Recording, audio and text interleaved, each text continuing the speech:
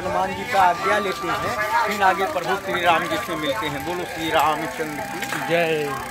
ये जो सामने आप देख रहे हैं ये राजा दशरथ जी का राजमहल है। जैसे आप लोग बहू बेटी को सोना चांदी देते हैं, जब सीता मैया ने जनकपुर से विवाह करके आई तो पहला डोली कनक भवन उतरा। एक ही माता ने मुँह दिखाई में सीता मैया को महल दिया कनक भवन। कनक माने सोना, भवन माने महल। आपको इधर से चलना है भैया जी, इधर से घूम के आना है। ये दशरथ महल देखते हुए आप ऐसे निकल जाएंगे। बोलो श्री रामचंद्र की जय। अब आगे में पहला दर्शन राम दरबार देखेंगे, जहाँ पे योगी मोदी जी आए शिला पूजन किए, जहाँ पे हिंदू भाई अपने माता पिता के नाम से शिलादान कर रहे हैं भैया जी। और राम राम करते थे और भाग्य जो आज राम की नगरी में है।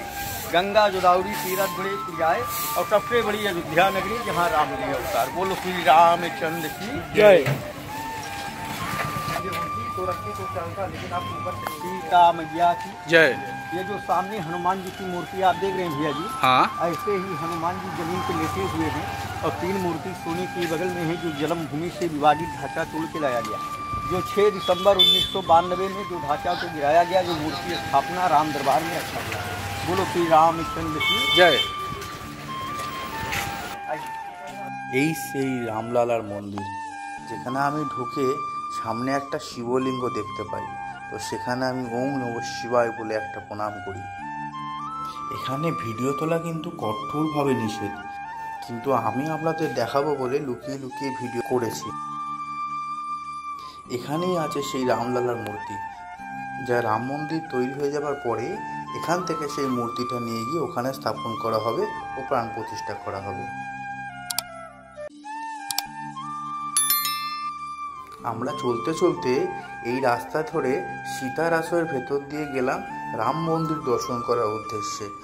রাম মন্দির দর্শনের সময় ওখানে কিন্তু মোবাইল কোনো ইলেকট্রনিক জিনিস ভিতরে অ্যালাউ করে না, ওই কারণে বাইরে একটা কাউন্টারে আমরা জমা দিয়ে গেছিলাম।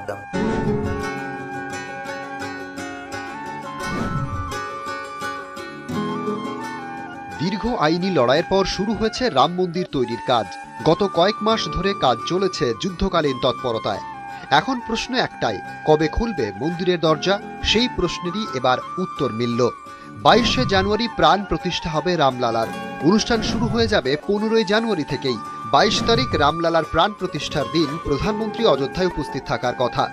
মন্দিরের দরজা সাধারণ মানুষের জন্য খুলবে 24শে জানুয়ারি।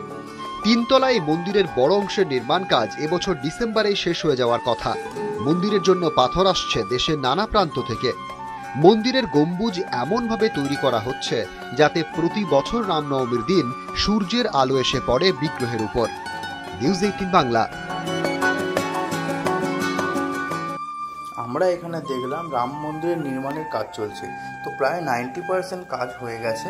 তো আমরা এখানে ওটাই দেখতে দেখতে আসছিলাম, কারণ এখানে মোবাইল তো অ্যালাউ করলো না, তাই ইনফরমেশন যতটুকু পারলাম আপনাদের সাথে শেয়ার করলাম। কনক ভবন অযোধ্যার সেরা মন্দিরের মধ্যে একটা। অযোধ্যা এলে অবশ্যই এই কনক মহল দর্শন করা উচিত। এটা বিশ্বাস করা হয় যে এই ভবনটি মা সীতাকে রাজা দশরথ উপহার হিসেবে দিয়েছিল ভগবান রামের সাথে তার বিয়ের পরে। এটি মা সীতা এবং শ্রীরামের ব্যক্তিগত প্রাসাদ।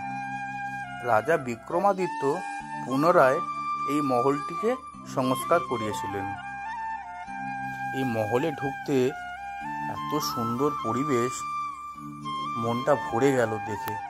এখানে কিছুক্ষণ ঠান্ডায় বসলাম আর শ্রীরামের নাম করতে থাকলাম। দারুণ লাগলো কিন্তু এই জায়গাটা। কারণ মন যদি হালকা করতে হয় তাহলে এই জায়গাটা একবার অন্তত ভিজিট করে যান। এখানে এলে দারুণ লাগে, মনটা পুরো ফ্রি হয়ে যাবে এখানে এলে।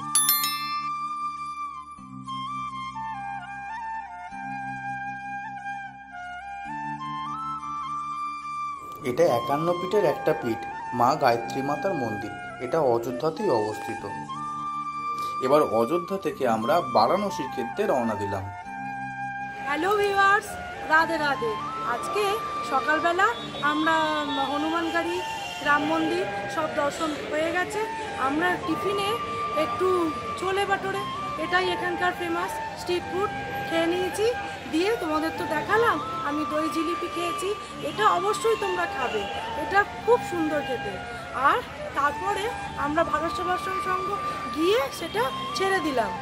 তারপর ট্রেনের টিকিট ক্যান্সেল করলাম, লাইনে কাজ হচ্ছে বলে খুব লেট ট্রেন, আমাদের 15 ঘন্টা লেট ছিল, সেই জন্য সেই টিকিট ক্যান্সেল করে আমরা বাস স্ট্যান্ডে চলে এসেছি।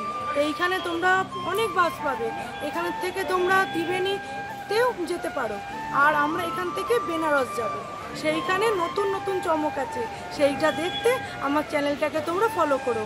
আর 337 টাকা করে টিকিট এখান থেকে আমরা কেটে নিয়েছি, বাই বাস বেনারস চলে যাচ্ছি। তাহলে তোমরা আমার চ্যানেলটার সাথে থেকো আর লাইক শেয়ার সাবস্ক্রাইব করে দিও। Hello viewers, Ram Ram. চলে এসেছি অযোধ্যাতে। তো অযোধ্যা দর্শন, রাম মন্দির দেখে, হনুমান গাড়ি দেখে আমরা চলে এসেছিলাম এখানে হচ্ছে অযোধ্যা ক্যান্টনমেন্টে। কারণ আমাদের ট্রেনটা 15 ঘন্টা লেট ছিল বলে ট্রেনের টিকিটটা আমি ক্যান্সেল করে দিই। তো করে অযোধ্যা ক্যান্টনমেন্টে চলে এসেছি। এখানে এদের পরিবহন, ইউপি সরকারের পরিবহন ব্যবস্থা আছে, যেটা হলো এখান থেকে ওরা বাই বাসে ওরা পৌঁছে দেবে বারাণসীতে। তো বারাণসীর ভাড়া হচ্ছে মাথা পিছু 337 টাকা করে নেয় এরা। মোটামুটি 5 থেকে 6 ঘন্টা টাইম নেয় ওরা। এই বাসটা এখান থেকে 3টের সময় ছাড়ে, দুপুর 3টে ওরা বারাণসীতে পৌঁছে দেয়। তো ওয়েট করছি, এখন 2:30 বাজে বাসটা ঢুকবে বলে। তো এই ইনফরমেশনটা দেওয়ার কারণ হচ্ছে যারা নতুন বারাণসী বা যাবে এখান থেকে, বা যারা অযোধ্যা ঘুরে বারাণসীতে দর্শন করতে যাবে কাশী বিশ্বনাথে, তো তাদের ক্ষেত্রে এই ইনফরমেশনটা আমি দিয়ে দিচ্ছি, যাতে পরবর্তী কেউ এসে যাতে অসুবিধা না হয়, সেই কারণের জন্য ইনফরমেশনটা আমার দেওয়া। তো এই দেখতে পাচ্ছেন এখানেই বাস দাঁড়াবে। এই হলো এখানে পরিবহন ব্যবস্থার অফিস। এখানে আমাদের সিটিং মানে বসে থাকার ভালো ব্যবস্থা রেখেছে ইউপি সরকার। তো দারুণ জায়গা লেগেছে। অযোধ্যার রাম মন্দির দর্শন করলাম, হনুমানগাড়ি দর্শন করলাম, এখানে সীতারামের যে সীতা মহল আছে, দশরথ মহল আছে, তো সেগুলো দর্শন করলাম, খুব ভালো লাগলো। একটা পিসফুল মাইন্ড নিয়ে যাচ্ছি আমরা এখান থেকে।